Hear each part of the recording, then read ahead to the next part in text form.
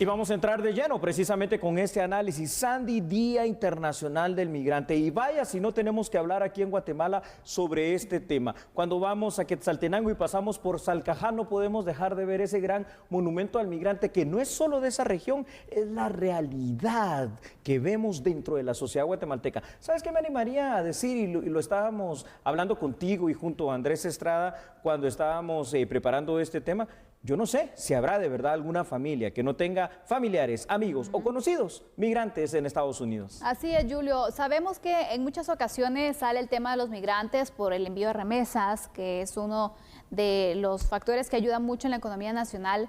Pero sin duda alguna también hablamos de los peligros a los cuales se enfrentan los migrantes y la situación también complicada que te diría que se vive en otros países donde migran nuestros connacionales, en especial en Estados Unidos, que es uno de los grandes países o de los grandes destinos que se elige para la migración. Eso es correcto, Sandy. Aprovechando estas imágenes tan impactantes que estamos viendo acá, déjame comentarte esto de hoy de una manera distinta también. Una de las grandes características de la migración en Guatemala es que otorga dinero, indudablemente, esto a través de las remesas, pero en ocasiones no solo separa a las familias, sino que termina destruyendo los hogares, la misma migración. Así es. Dentro del marco de la celebración internacional del Día del Migrante, tenemos que reconocer que la migración está demasiado presente en la sociedad guatemalteca. Y vemos día con día, cuando vemos estas imágenes, cómo esto es una realidad no solo de Guatemala, sino que del mundo entero, del Triángulo Norte Centroamericano, pero que hoy por hoy, si lo ponemos en cifras, solo en Estados Unidos, más o menos casi los 3 millones de personas nacidas en Guatemala o nacidas en Estados Unidos, pero de origen guatemalteco porque sus padres terminaron siendo migrantes que ahora radican en ese país. Situación es complicada, Julio, porque sabemos que a raíz de la migración también existe la desintegración familiar. Así es. Es una de las situaciones donde los padres pues buscan también darle un mejor futuro a sus hijos por la falta de oportunidades que los llevó en muchos casos a migrar. Y hablando de esas faltas de oportunidades también es que es uno de los motivos que incentiva a las personas a buscar el sueño americano, el famoso sueño americano. Sandy, aquí tenemos que ser claros, pero muy claros. Lo hemos dicho varias veces y hoy es un buen momento en el Día Internacional del Migrante para recalcarlo. ¿Qué es lo que causa la migración? Bueno, la debilidad de un Estado como tal, tanto en sus entes estatales como en la sociedad. En este caso, para Guatemala, número 1, el tema de la pobreza y pobreza extrema. Número 2, el tema de que los niños aquí cuando nacen no tienen garantizado absolutamente nada, más bien pueden padecer inclusive de una desnutrición y desnutrición crónica o aguda.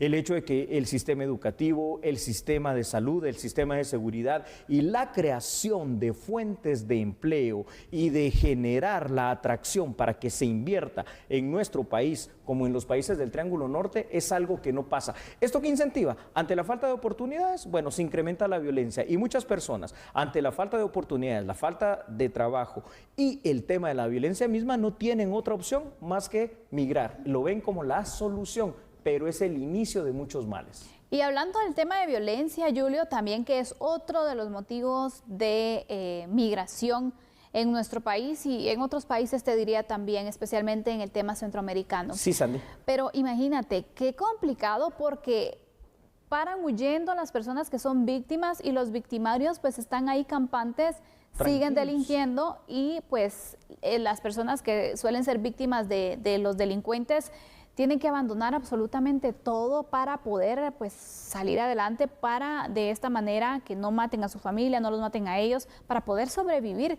Y qué difícil, Julio, tener Sandy, que migrar así. Es una situación bien difícil. Fíjate que cuando hacemos el análisis histórico de las migraciones aquí en Guatemala, número 1, el factor contemporáneo, el tema de los 36 años de conflicto armado interno. La migración no inició directamente desde Guatemala hacia Estados Unidos. Huyendo de esa guerra interna, de esa guerra civil que vivió Guatemala, se dieron las grandes migraciones desde el interior de la República hacia la ciudad capital. En aquel momento, y en ese también, la ciudad capital no estaba preparada para recibir a tantas miles de personas. Ahí surgieron todos estos asentamientos que el día de hoy conocemos. Pero con eso se vino también el problema que tú decías. Obviamente, esa pobreza y esa necesidad de sobrevivir dio origen y pie al surgimiento de la violencia en los extremos que lo conocemos el día de hoy.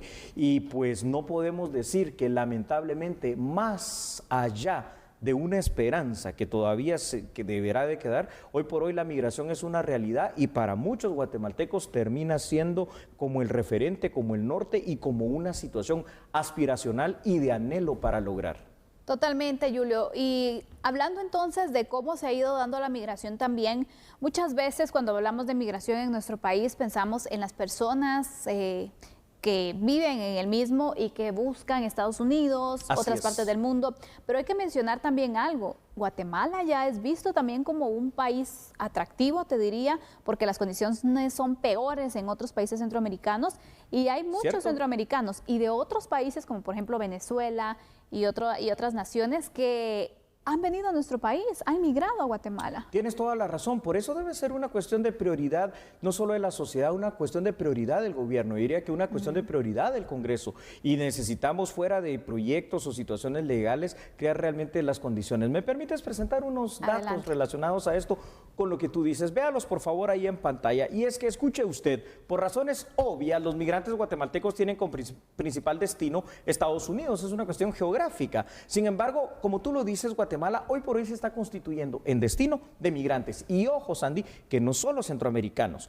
La crisis humanitaria de otros países y que se vive también en otros continentes, porque esto no es solo el continente americano, han hecho llegar ciudadanos asiáticos y más recientemente una gran cantidad de ciudadanos venezolanos radicados en Guatemala, solo por poner un par de ejemplos. Para el gobierno de la República existe la esperanza, escucha, de que Estados Unidos pueda beneficiar con un TPS a Guatemala reconociendo la estadía legal de los migrantes en aquel país, pero esto habrá que esperarlo. Sin embargo, el próximo 20 de enero ya se podrá tener algún tipo de luz o directriz más concreta, porque es cuando el presidente electo Joe Biden nos va a dejar conocer de aquí a los próximos 4 años cuál será su forma de actuar con relación a los migrantes guatemaltecos y centroamericanos. Te digo algo, pues ya sean gobiernos republicanos o demócratas, es que tampoco es que ha cambiado mucho en beneficio de los migrantes guatemaltecos la situación. No, y si bien puede tener algún tipo de influencia el tema de que sea un gobierno republicano, demócrata,